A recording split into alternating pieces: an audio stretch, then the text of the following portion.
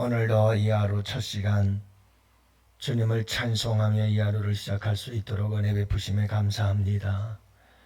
주님의 구속의 은혜와 그 사랑을 감사하며 찬송하면서 이 하루를 시작하도록 주님 은혜 베푸시니 감사합니다. 오늘 이 하루도 온종일 주님을 향한 아름다운 찬송이 끊이지 않는 복된 하루가 되기를 원합니다. 우리 주님과 함께 동행하면서 우리의 삶의 희노애락을 늘 찬송하며 나아갈 수 있도록 주님 도와주시옵시고, 찬송하며 살아갈 때 우리 주님께서 그 찬양 가운데 임재하시고 동행하시는 복된 이 하루가 되게 하여 주시옵소서. 오늘도 우리 주님께서 우리의 마음속 깊은 곳으로부터 주님을 향한 아름다운 찬송의 고백들이 울려 퍼지는 복된 하루로 이끌어 인도해 주실 줄 믿습니다. 성령 하나님 함께해 주시옵소서. 오늘도 우리 주님께 이 하루를 부탁하오며 예수님의 이름으로 기도합니다. 아멘. 우리 하나님 말씀을 함께 봅니다. 에스겔서 19장 우리 1절부터 14절 말씀을 함께 봅니다. 에스겔서 19장 1절부터 14절. 이제 다 같이 함께 한 목소리로 말씀 받들어 읽습니다. 너는 이스라엘 고관들을 위하여 애가를 지어 보르라. 내 어머니는 무엇이냐? 암사자라. 그가 사자들 가운데에 엎드려 젊은 사자 중에서 그 새끼를 기르는데 그 새끼 하나를 키우는 젊은 사자가 되어 먹이를 물어뜯기를 배워 사람을 삼킴에 이방이 듣고 함정으로 그를 잡아 갈고리로 꿰어 끌고 애굽 땅으로 간지라. 암사자가 기다리다가 소망이 끊어진 줄을 알고 그 새끼 하나를 또 골라 젊은 사자로 키웠더니 젊은 사자가 되매 여러 사자 가운데에 왕래하며 먹이 물어뜯기를 배워 사람을 삼키며 그의 궁궐들을 헐고 성읍들을 부수니 그 우는 소리로 말미암아 땅과 그 안에 가득한 것이 황폐한지라. 이방이 포위하고 있는 지방에서 그를 치러 와서 그의 위에 그물을 치고 함정을 잡아 우리에 넣고 갈고리로 꿰어 끌고 바벨론 왕에게 이르렀나니 그를 옥에 가두어 그 소리가 다시 이스라엘 산에 들리지 아니하게 하려 함이라. 내 피의 어머니는 물가에 심겨진 포도나무 같아서 물이 많음으로 열매가 많고 가지가 무성하며 그 가지들은 강하여 권세 잡은 자의 규가 될 만한데 그 하나의 키가 굵고 가지 가운데에서 높았으며 많은 가지 가운데에서 뛰어나 보이다가 분노 중에 뽑혀서 땅에 던짐을 당하며 그 열매는 동풍에 마르고 그 강한 가지들은 꺾이고 말라 물에 탔더니 이제는 광야 메마르고 가물이 든 땅에 심어진 바 되고 불이 그 가지 중 하나에서부터 나와 그 열매를 태우니 권세 잡은 자의 규가 될 만한 강한 가지가 없도다 하라. 이것이 애가라. 후에도 애가라 되리라. 아멘. 할렐루야. 반갑습니다. 좋은 하루입니다. 오늘도 주 안에서 복된 하루 되시고 오늘도 찬송이 아름다운 찬송이 끊이지 않는 복된 하루가 되기를 축복합니다. 오늘 말씀은 이제 에스겔서는 이렇게 다 이해하기가 좀 힘든 이야기들로 되어 있습니다만은 그러나 또 이해하고 나면 그래 어려운 이야기는 아니었구나 하는 걸 알 수가 있어요. 먼저 여러분 우리가 이 세상을 살아갈 때 하나님께서 인간에게 주신 가장 귀한 선물 중에 하나가 무엇일까? 그게 노래가 아닐까 하는 생각을 해봅니다. 요즘 들어 여러분 이 노래가 없다면 이 세상은 어떨까? 여러분들 한번 생각해 보셨나요? 믿는 사람들, 믿지 않는 사람들 누구나 그죠? 이 음악이 없다면 얼마나 삭막할까 하는 생각을 해봅니다. 믿지 않는 사람들도 항상 음악과 함께 삽디다. 모든 사람들이 운동을 할 때도 그렇고 뭘 할 때도 그렇고 차 안에서도 그렇고 항상 음악을 틀어놓고 노래를 듣고 부르며 살아갑니다. 여러분, 우리 예수 믿는 사람들도 항상 찬송을 듣고 부르며 살아가지요. 찬송이 없는 우리 기독교를 한번 생각해 보세요. 얼마나 삭막합니까? 우리 기독교에 이 찬양이 있다는 것은 참 귀하고 복된 일이에요. 그래서 인류의 역사를 봐도 그 인류의 역사 속에서 이 기독교가 인류의 음악에 공헌한 바가 엄청 크지요. 특별히 여러분이 클래식 음악들은 정말 인류의 역사상 가장 아름답고 보배로운 음악들을 남겨놓지 않았습니까? 그래서 참 우리 기독교는 이 음악의 종교죠. 사실은 모든 노래는 하나님께 영광을 돌리기 위한 찬송이어야 하는데 세상 사람들은 이 노래를 자기를 위한 노래로 그렇게 바꾸어서 부르고 있지요. 사실은 하나님께서 인간에게 이런 아름다운 목소리들을 주시고 이런 찬송할 수 있는 능력을 통해서 하나님을 높여드리도록 그렇게 하나님께서 지으셨는데 인간들은 그걸 알지 못하니까 그리고 이 노래에 대한 인간의 본능적인 그런 갈망이 있기 때문에 그것을 부르기는 하는데 하나님을 위한 아름다운 영광의 찬송이 아니라 그저 자신들의 인생의 희노애락을 노래하면서 그 안에서도 나름대로 힐링과 기쁨과 감동과 이런 걸 많이 받고 있는 것을 보게 되어집니다. 음악은 참 힘이 있습니다. 그 자체가 힘이 있습니다. 우리도 아십니다마는 여러분이 음악은 다윗의 연주는 악기의 연주는 악한 영들을 쫓아내기도 하고 능력이 있습니다. 또 여호사밧 왕은 전쟁터에 나갈 때 성가대를 제일 앞장 세워서 나갑니다. 그만큼 여러분이 찬양이라고 하는 것은 힘이 있고 능력이 있습니다. 그래서 여러분들이 매일매일 살아갈 때 늘 찬송의 삶을 살아갈 수 있는 여러분들이 되시기를 바랍니다. 여러분 늘 찬양을 함께하며 살아가세요. 그리고 찬양을 듣는 것도 중요하지만 여러분들이 찬양을 직접 부르면서 살아간다면 더 큰 은혜와 축복이 될 줄로 믿습니다.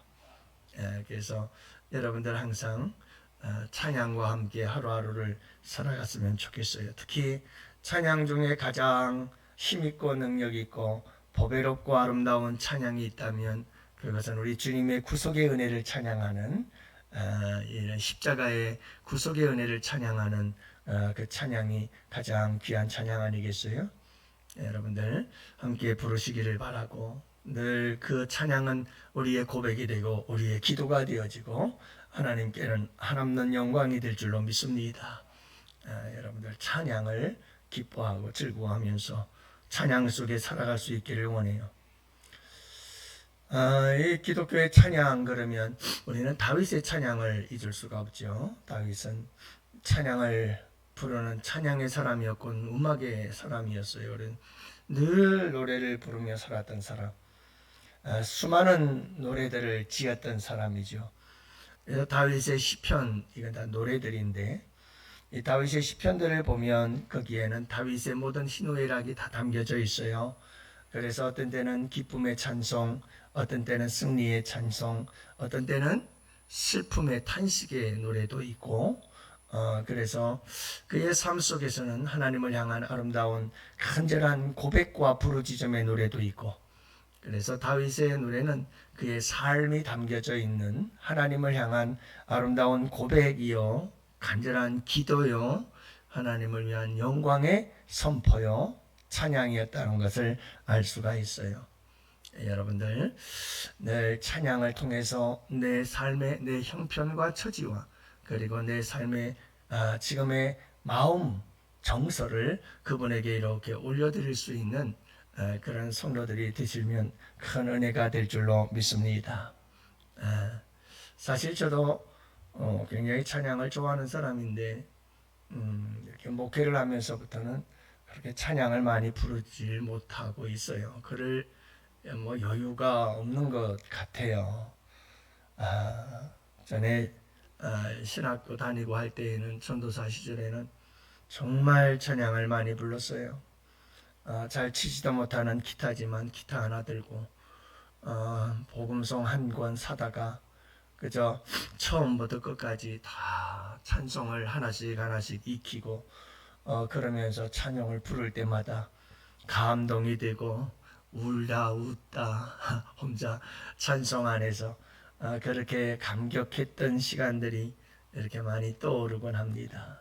여러분들 늘 찬양을 가까이 하면 주님의 큰 은혜가 함께 하실 줄로 믿어요. 오늘 말씀은 좀 슬픈 노래예요. 하나님께서 이 에스겔에게 애가를 부어 애가를 지어서 불러라 이렇게 명령을 하죠. 그래서 에스겔이 애가를 지어서 부르는 노래, 그래서 오늘 말씀은 에스겔의 애가라고 말을 하는데, 이 애가라고 하는 단어의 의미를 보면 장송곡을 의미하고 있어요. 그러니까 여러분 남유다에 대한 장송곡을 지어 불러라 그 말이거든요. 그래서 굉장히 슬픈 노래죠. 굉장히 슬픈 노래예요. 그래서 여러분 오늘 본문의 말씀은 이렇게 유다 말기 이렇게 멸망의 시기를 노래하고 있는 것을 보게 되어집니다. 그래서 유다의 역사를 보면 16대 왕 요시야 왕이 있어요. 요시야 왕 이후로 아주 급격히 유다는 멸망을 향하여 치닫게 되어지는데요. 요시야 왕이 죽은 후에 17대 왕 여호아하스라고 하는 왕이 이제 통치를 하게 되는데 3개월 통치하게 돼요. 3개월. 왕이 된 지 3개월 만에 애굽으로 끌려가서 죽게 되죠. 그래서 오늘 본문 말씀 속에서도 여러분들이 그 애굽으로 끌려갔다는 이야기가 나와요. 그게 바로 여호아하스 왕에 대한 이야기예요. 그래서 유다 말기에 지금 하나님의 백성들이 멸망을 향하여 치닫고 있는 그와 같은 슬픈 현실을 애가로 지어 노래를 부르라. 이렇게 노래를 지어 부르는 까닭은 여러분 빨리 회개하고 돌이켜 하나님께로 돌아오기를 바라는 마음에서 하나님께서 에스겔을 통해서 이렇게 슬픈 노래 장송곡과 같은 애가를 지어서 부르게 했던 걸 알 수가 있어요. 여러분 이어서 18대 왕이 누구냐 하면 여호야김이라고 하는 왕은 11년 동안 통치를 하게 되어지죠. 여호아하스 왕이 애굽으로 잡혀가고 끌려가서 죽게 되어지자 기다립니다. 여러분 이 여호아하스 왕, 여호야김 왕은 이건 이스라엘 백성들이 세운 왕이 아니에요. 그래서 애굽에서 여호아하스 왕을 끌고 가면서 애굽 왕이 느고가 세운 왕이 바로 여호야김 왕이었어요. 그래서 백성에 의해서 세워진 왕이 아니라 이집트에 의해서 세워진 왕이었기에 그 11년 동안 통치를 하게 되어지죠. 그는 BC 605년 바벨론의 침공으로 수많은 백성들이 바벨론으로 끌려가는 것을 바라보면서 눈물을 삼킬 수밖에 없었던 왕이었어요. 그리고 19대 왕 여호야긴 왕이 이제 등장하게 되는데 3개월 통치로 끝이 나게 되어집니다. 3개월 통치로 끝이 나고 그리고 20대 마지막 왕 시드기야가 11년을 통치하게 되는데 이 시드기야 왕도 마찬가지로 바벨론 왕이 느부갓네살이 세운 왕입니다. 이렇게 해서 시드기야 왕이 이제 왕이 되어 11년 동안 통치를 하다가 586년에 결국은 멸망을 당해서 그가 보는 눈앞에서 아들들이 죽임을 당해요. 그리고 시드기야 왕은 두 눈이 뽑혀요. 그리고 쇠사슬로 묶여서 바벨론으로 끌려가 거기서 감옥 생활을 하게 되어지지요. 참 비참한 삶을 살게 되어져요. 그래서 오늘 말씀이 그 이야기들이에요. 그 이야기들이에요. 그래서 여호아하스가 애굽으로 끌려갔던 이야기, 그리고 여호야 긴 왕의 이야기, 그리고 시드기야 왕의 이야기.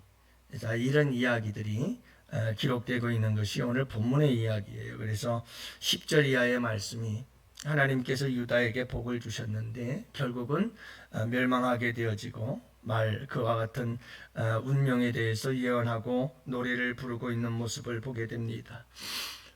그 여호야긴 왕은 3년 만에, 3개월 만에 왕위에서 내려오게 되어지고 포로로 끌려가는데, 포로로 끌려가서 37년 동안 감옥 생활을 해요, 바벨론에서. 그리고 나서 이제 시드기야를 세워놓고 시드기야를 통해서 11년 동안 있다가, 시드기야가 어떻게 한다고 그랬어요? 애굽을 의지하고 바벨론을 반역한다고 그랬잖아요. 하나님에 대한 반역이었다. 그래서 결국은 바벨론에 의해서 처참하게 무너져 버리고 말았다는 것을 말씀을 드렸습니다. 오늘 말씀은 그런 이야기들이에요. 그래서 이런 역대 마지막 왕들의 그런 멸망을 예언하고 노래하고 있는데, 그 노래는 슬픈 노래죠. 네, 하나님의 백성 유다 나라의 멸망, 이것을 노래하는 에스겔의 마음이 어땠을까? 하나님 아버지의 마음이 어땠을까 하는 거예요. 여러분들, 우리의 삶 속에 우리의 모습을 바라보면서 죄 때문에 멸망해 가는 이런 하나님의 백성들의 모습을 여러분 노래를 지어 부르는 그 심정이 어떨까 하는 거예요. 어떨까?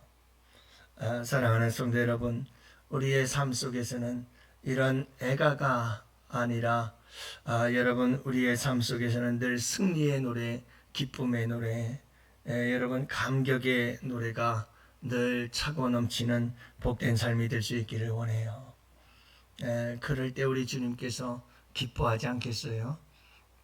물론 우리의 삶 속에서 어떤 슬프고 탄식의 노래도 우리가 부를 수 있겠습니다마는, 그것이 우리 주님을 향한 아름다운 고백이라면 그 또한 아름다운 노래가 될 줄로 믿습니다만, 여러분 가능하면 우리의 삶 속에서는 이런 슬픈 장송곡과 같은 멸망의 노래가 아니요, 여러분 다시 회복되어지는 회복의 노래, 치유의 노래, 그리고 승리의 노래, 감격의 노래, 구원의 노래가 우리의 삶 속에 울려 퍼지는 복된 삶이 될 수 있기를 축복해요. 그래서 이 예레미야서를 통해서도 알 수 있지만, 예레미야서도 선지자도 같은 시대의 사람이었거든요. 이렇게 이 시대에 겹쳐서 사역했던 선지자예요. 이제 예레미야 선지자도 이런 애가를 많이 부르죠. 슬픈 애가를 많이 불러요. 왜냐하면 이런 멸망의 시기에 사역을 했기 때문에 그렇죠. 그래서 예레미야 선지자는 눈물의 선지자다 이렇게 부를 만큼 그는 눈물을 흘리며 이 유다 나라의 멸망을 바라보면서 안타깝게 돌아올 것을 외쳤던 주님이시죠. 선지자죠. 여러분 우리에게 정말 이런 슬픈 노래는 없었으면 좋겠어요. 멸망을 향하여 치닫고 계속해서 멸망을 향하여 달려가는 이런 안타까운 현실을 바라보면서 애가가 울려 퍼지는 것이 아니라, 여러분 회개하고 돌아올 때 주님이 주시는 구원의 노래, 그리고 승리의 노래, 감격의 노래, 여러분 이런 놀라운 축복이 있기를 축원합니다. 날마다 여러분 우리는 어떤 노래든 노래를 부르며 나아가야 합니다. 오늘도 우리의 노래는 승리의 노래가 되기를 원하고 확신에 찬 소망의 노래가 되기를 바라고, 여러분 구원과 감격이 있는 놀라운 노래가 되기를 원하고, 특별히 간증이 있는 아름다운 노래, 아름다운 찬양을 주님께 올려드리며 살아갈 수 있기를 축복해요. 여러분들 우리 주님께서 나 때문에 이런 애가를 부르지 않기를 원하고, 여러분 우리 주님이 나 때문에, 우리 교회 때문에, 이 대한민국 때문에 장성곡과 같은 애가를 지어 부르는 일은 없기를 원합니다. 이런 일은 없기를 바랍니다. 슬픈 예레미야처럼 여러분 눈물의 선지자가 되어, 하나님의 마음이거든요. 그게 멸망에 가는 하나님의 백성들, 돌이킬 줄 모르는 고집스러운 타락한 인간들의, 그 백성들의 모습을 보면서 애가를 지어 부르게 하신 우리 주님의 그 마음, 얼마나 그 마음이 쓰리고 아프겠느냐 하는 거예요. 여러분 우리는 아름다운 노래로 주님께 영광 올려드릴 수 있기를 축복합니다. 오늘도 하루 여러분 곡 한 곡 딱 정해서 그 노래로 늘 하나님께 또 찬송하고 흥얼흥얼 소망을 노래하며 우리 주님께 복된 하루가 될 수 있기를 주님의 이름으로 축복합니다. 오늘도 여러분 우리 환우들을 위해서, 우리 대한민국을 위해서, 우리 양원교회 거룩한 부흥의 역사가 일어날 수 있기를 위해서 함께 기도할 수 있기를 원합니다.